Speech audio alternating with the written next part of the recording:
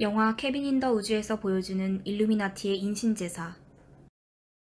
2012년 여름에 개봉한 공포영화 케빈 인 더 우주는 많은 비평가들의 찬사를 얻은 작품이다. 많은 이들이 이 영화가 담고 있는 유머와 독창성을 칭송하고 있지만 그럼에도 이 영화는 실질적이고 심각한 내용을 담고 있다. 이 영화는 일루미나티들이 어떻게 오컬트적인 인신제사를 계획하고 진행하는지를 보여주고 있다. 케빈 인 더 우주는 사람들이 어떻게 어둠 속에 숨겨진 이 세력들에 의해 세뇌되고 지배당하고 또 희생되고 있는지를 적나라하게 보여주고 있다. 이제 케빈 인 더 우주가 보여주고 있는 일루미나티의 인신제사에 대해서 살펴보자. 첫 번째, 모든 것은 계획된 것이다. 다음은 네이버 영화에 나오는 케빈 인 더 우주에 대한 소개이다.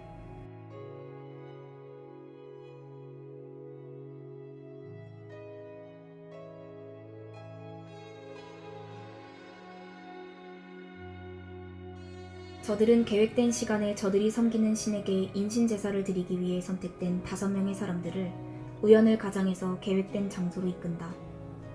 희생자들은 자신들이 우연히 불행한 현장에 와서 불행한 죽음을 맞이한 것으로 생각하지만 끝까지 살아남은 2명의 생존자들은 이 모든 일들이 철저하게 저들에 의해 계획된 것임을 깨닫게 된다. 사탄을 숭배하는 자들에게는 1년에 10차례씩 주기적으로 사탄에게 인신제사를 드리는 날이 있는 것으로 알려져 있다. 미국에서는 이 날짜를 전후로 여자들과 아이들의 실종 사건이 급증한다고 한다. 5명의 친구들이 기분 전환을 위해 인적이 드문 숲속의 오두막집을 찾는다.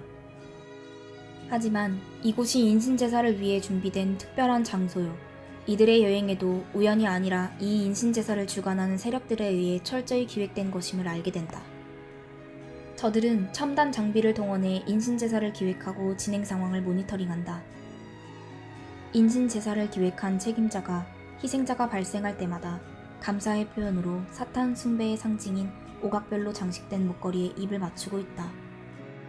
두 번째, 선택받은 자들. 영화 속에선 희생제사를 위해 선택된 5명의 친구들이 등장한다. 학자, 운동선수, 처녀, 광대, 음녀를 대표하는 이들은 정해진 순서에 의해 차례로 잔혹한 죽음을 통해 인신제사로 희생되는데 이 가운데 처녀의 피가 가장 가치 있는 것으로 묘사되고 있다. 의문의 자살로 죽음을 맞이한 로빈 윌리엄스는 헐리우드에서 일루미나티 광대로 알려진 인물이다. 세 번째, 경고자.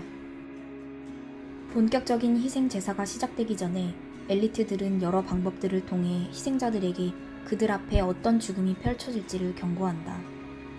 이런 경고들을 무시하고 자발적으로 희생 장소를 찾은 사람들은 결국 자신의 죽음에 대한 책임을 스스로 지게 된다. 저들은 이런 의식을 치름으로 희생제사에 따를 수 있는 애군을 막고 희생자들에게 피값을 요구할 수 있는 권리를 얻는 것으로 생각하고 있다. 오두막집에 들어서기 전 한 의문의 남자가 그곳에 들어가면 살아 돌아올 수 없다고 경고하고 있다. 그의 경고를 무시한 희생자들은 결국 참혹한 죽음을 맞이하게 된다. 오두막집 안에도 희생제사가 있을 것임을 경고하는 그림이 걸려있다. 네 번째, 스스로 희생의 방법을 선택하다. 이 희생제사는 자발적일 뿐 아니라 그 과정도 희생자들이 스스로 선택하는 것으로 묘사되고 있다. 희생자들은 부지 중에 자신들이 어떻게 죽을 것인지를 선택하게 된다. 오두막집 지하엔 오각형 모양의 희생재단이 놓여있다. 5 번째, 잔인한 죽음. 전쟁, 테러, 사고와 같은 피가 흥건한 잔인한 죽음은 그 자체가 사탄에게 바쳐지는 희생제사로 여겨지고 있다. 루시퍼를 숭배하는 일루미나티들이 통치하는 세상에 오면 인신제사가 공공연하게 드려지게 될 것이다. 6 번째, 희생제사가 완성되지 않을 때 사탄이 진노한다. 영화 속에선 저들의 설득에도 처녀와 강대가 희생제물이 되는 것을 끝까지 거부하므로 희생제사가 완성되지 못하는 것으로 그려지고 있다. 그 결과 진노한 저들의 신이 깨어나 세상에 재앙을 가져오는 것으로 묘사되고 있다. 사탄을 숭배하는 자들에게 주기적인 인신제사는 저들의 삶에 큰 축복을 가져오는 수단이지만 이것을 이행하지 않을 경우 사탄의 진노를 사게 된다는 것을 보여주고 있다. 처녀와 광대의 저항으로 희생제사는 미완성으로 끝나게 되고 그 결과 진노한 사탄이 지하에서 깨어나게 된다. 디아블로 4. 세 명의 인신제사를 통해 일루미나티의 여신이 소환되다. 악마라는 뜻을 가진 컴퓨터 게임 시리즈 디아블로가 이번에 새롭게 발표한 디아블로 4 홍보 영상을 통해 세 명의 희생자를 통해 하늘의 황후인 릴리트가 소환되는 모습을 보여주고 있다. 영상을 보면 지식을 얻기 위해 악마의 신전을 찾은 구도자와 이런 구도자와 함께 또 다른 목적을 가지고 함께한 세 명의 추격자들이 신전문 앞에 다다르게 된다. 이들 뒤에서는 이들을 추격하는 마귀들이 숨통을 조여오는데 일행 중에 애꾸눈을 한 남자가 횃불로 이 마귀들을 막는 동안 구도자와 또 다른 2명의 남자가 문에 적힌 암호를 풀고 악마의 신전에 들어가게 된다. 황금이 있을 것이라는 추격자들의 기대와는 달리 신전 안에는 저들을 제물로 삼으려는 3개의 기둥과 2개의 피라미드가 겹쳐진 제단이 놓여 있었다.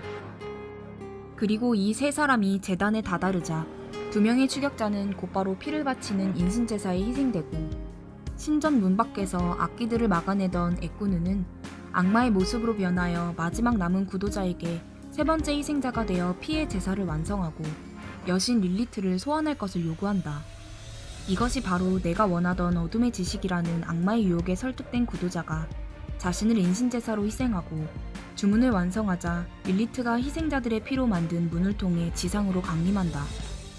그리고 추격자와 구도자를 유혹해 인신제사를 완성한 악마는 피의 문을 통해 강림한 릴리트 앞에 무릎을 꿇고 나의 어머니시여 라고 외치며 경배를 드린다. 이제는 앞서 설명한 영상의 내용을 하나씩 살펴보자.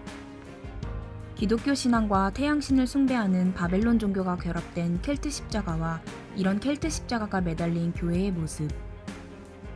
이집트 신화의 호루스처럼 애꾸눈을 한 남자가 호루스의 또 다른 상징인 프로메테우스처럼 횃불을 들고 구도자를 신전으로 인도하고 있는 모습이다. 미국의 대표적인 일루미나티 록펠러 센터에 있는 횃불을 든 프로메테우스 상이다. 황금을 찾는 추격자들과는 달리 지식을 찾아온 구도자가 주문을 풀고 신전의 문을 연다. 애꾸눈의 남자를 문 밖에 남겨둔 채 황금을 찾는 2명의 추격자들과 구도자가 신전에 들어선다. 신전 안에는 기대했던 황금은 없고 피라미드 2개가 겹쳐 새겨진 육망성과 3개의 기둥으로 된 제단이 놓여 있다. 황금을 얻고자 일루미나티에 입문하는 자들의 운명이 결국 어떻게 될 것인지를 보여주는 장면이다. 이 제단이 문이고 피가 열쇠라는 음성과 함께 첫 번째 희생자가 기둥으로 올라가 인신제사로 희생된다. 인신제사로 드려지는 피가 릴리트를 소환하는 문을 여는 열쇠가 될 것임을 설명하고 있다. 문 밖에서 죽은 줄로만 알았던 애꾸눈이 나타나더니 2번째 희생자를 기둥에 매단다. 애꾸눈이 오망성을 목에 건 악마의 모습으로 변하더니 마지막 남은 구도자에게 인신제사로 희생할 것을 설득한다.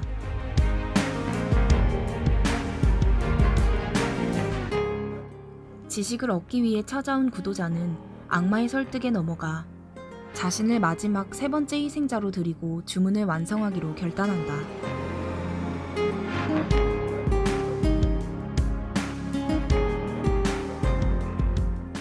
세 명의 희생자의 피로 릴리트를 소환하는 문이 완성된다. 이 문을 통해 지상으로 강림한 여신 릴리트를 향해 호루스가 무릎을 꿇고 나의 어머니라 부르며 경배를 드린다. 세 사람을 인신제사로 드려 하늘의 황후 릴리트를 소환하는 의식이 완성된 것이다.